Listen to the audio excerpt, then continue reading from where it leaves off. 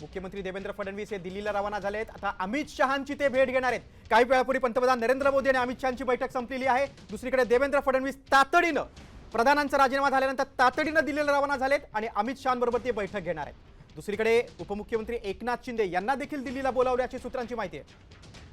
आपण थेट जाऊया, आमचे प्रतिनिधी गणेश कवडे आपल्या सोबत आहेत। गणेश, महाराष्ट्रात देखील राजकीय हालचालींना वेग आलाय। फडणवीसांपाठोपाठ शिंदे देखील रवाना होत आहेत। काय घडतंय?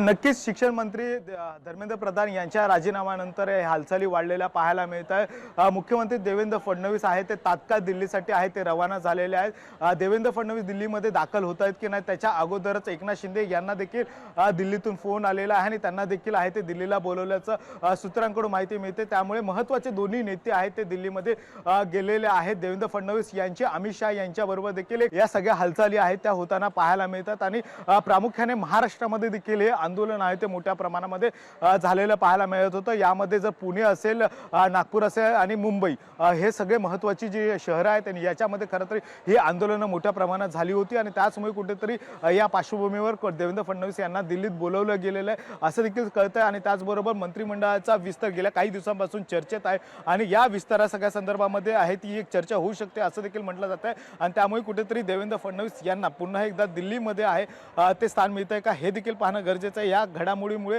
कुठेतरी एकनाथ शिंदे यांना देखील आहे ते दिल्लीमध्ये बोलावण्यात आलेलं आहे। त्यामुळे नेमकं महाराष्ट्रामध्ये देखील याचा काही वेगळा परिणाम पडतोय का राजकारणावर हे देखील येत्या काळामध्ये काही दिवसातच स्पष्ट होताना पाहायला मिळणार आहे। मात्र तात्काळ दिल्लीमध्ये बोलवल्यामुळे देवेंद्र फडणवीस आणि एकनाथ शिंदे यामुळे राजकीय चर्चांना आहे ते उधाण आलेलं पाहायला मिळतंय।